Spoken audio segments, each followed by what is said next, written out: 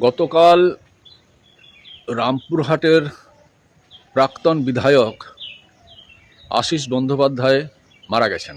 ওনার স্বাভাবিক মৃত্যু হয়নি।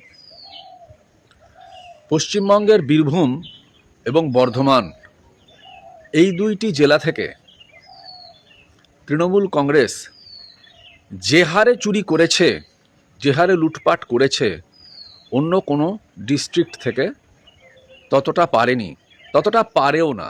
কারণ এই বীরভূম আর বর্ধমান ডিস্ট্রিক্ট হচ্ছে খনির দেশ। বীরভূমে পাথর আছে, কয়লা আছে, বর্ধমানেও কয়লা আছে, পাথর আছে। বীরভূমে পাথর বেশি, কয়লা কম। বর্ধমানে কয়লা বেশি, পাথর কম। বীরভূমে বালি আছে, বর্ধমানেও বালি আছে। এই বালি, পাথর, কয়লা, তারপরে বীরভূমের একটা প্লাস পয়েন্ট হচ্ছে গরু। এই চারটি জিনিস মিলিয়ে চুরি করে তৃণমূল কংগ্রেস প্রচুর ইনকাম করেছে এই দুইটি জেলা থেকে।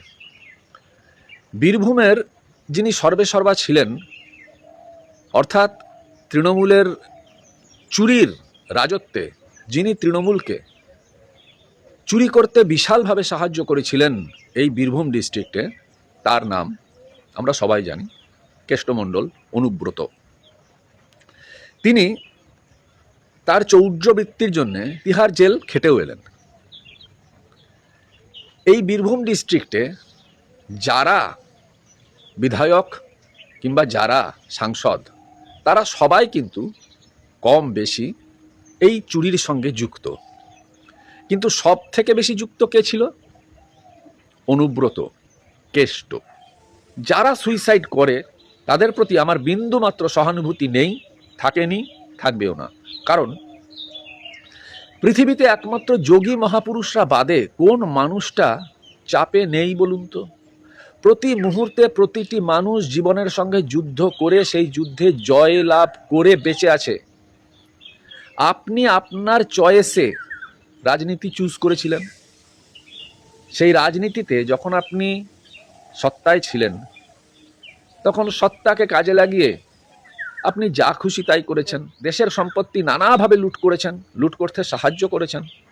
তখন আপনি বুঝতে পারেননি আপনিও ক্ষমতাচ্যুত হতে পারেন, আপনারও ক্ষমতা যেতে পারে এবং আগামীকাল ক্ষমতা গেলে আপনিও অ্যারেস্ট হতে পারেন। যখন অনুব্রত কেষ্ট অ্যারেস্ট হলো, তখনও আপনাদের চোখ খুলল না। আপনি যদি সুইসাইডই করে থাকেন তাহলে এই ভিডিও এখানেই শেষ। আর আপনিও যদি পৃথিবীর বাকি লক্ষ কোটি লোকের মতো প্রতিনিয়ত জীবন যুদ্ধকে জয় করে চলছিলেন, তাহলে এই ভিডিওটা আর কিছুক্ষণ চলবে। যে সব থেকে বড় মাথা, সে তো মারা গেল না। যে সব থেকে বড় মাথা, সে তো কই সুইসাইড করলো না। বাকি যে আর একটা ডিস্ট্রিক্টের কথা বললাম, বর্ধমান ডিস্ট্রিক্ট, সেখান থেকেও দেদার চুরি হয়েছে। কই সেখানকার কোনো এমএলএ এমপি তো মারা গেল না। ইনি কেন মারা গেলেন? আমার প্রশ্ন এটাই।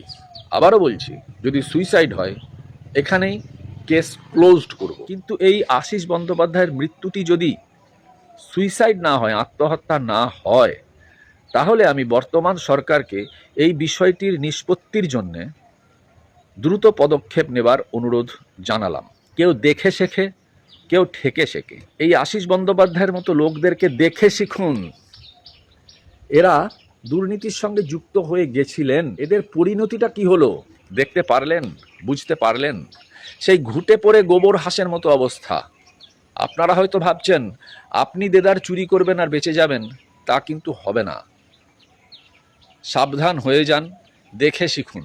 আপনাদের ভবিষ্যৎ, আপনাদের জন্যে এই রকম কিছু দুর্বিষহ, নিন্দাজনক, কষ্টকর ভবিষ্যৎ নিয়ে অপেক্ষা করছে না তো?